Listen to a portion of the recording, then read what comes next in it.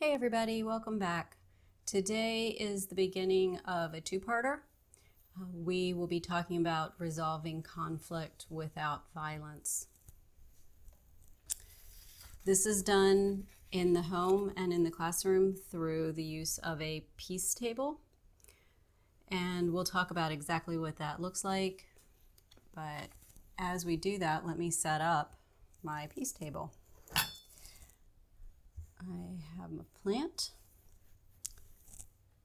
I have something to concentrate on while we talk.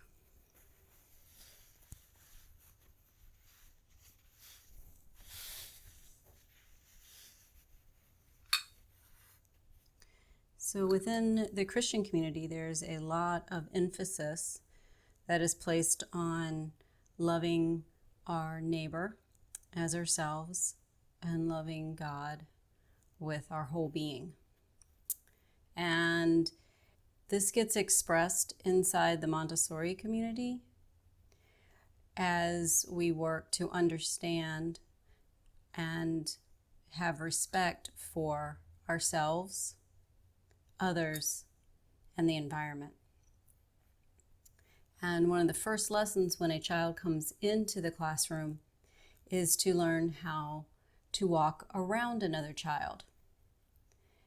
And relatively quickly, though, we begin to have some lessons on managing conflict.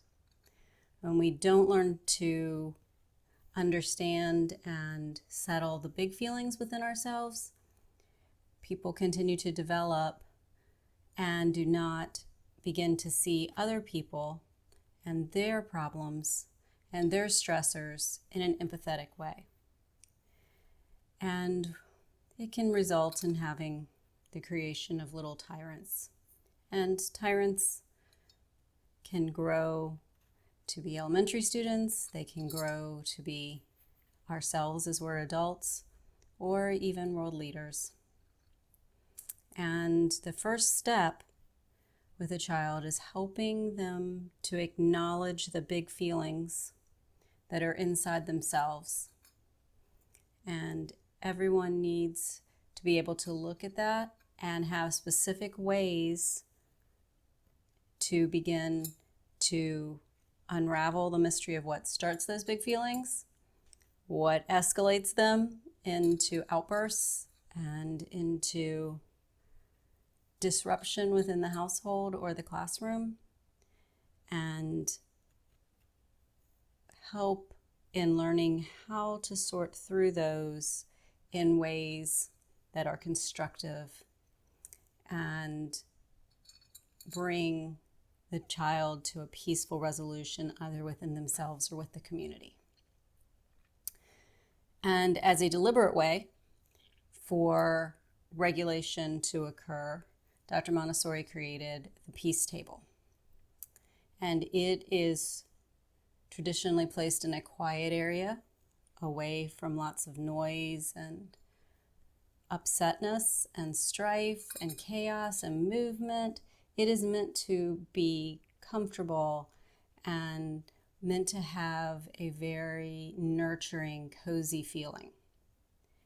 Usually there is a window or a plant, as in our case, or a betta fish or fish tank there to ground the child and to give them something to focus on.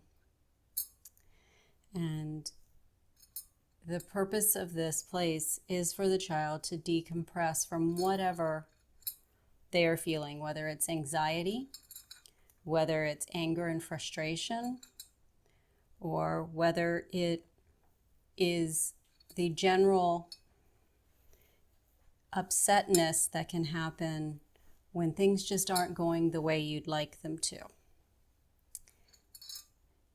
The goal is not to isolate from the community while you work through your feelings, because quite often if we go to our rooms, we aren't really working through our feelings. We are insulating ourselves from what's going on, and we aren't really coming to understand and to create coping mechanisms that are healthy. And so the peace table is not ever going into a room or going to away from the group in total. It is just going to a quieter space that has been delineated and has respect allowed for it to be a place where the child can work through whatever is upsetting them. So let's look at different ages and creating a personal peace space. The peace table is also used when we need to resolve conflict among people, and that will be on video too.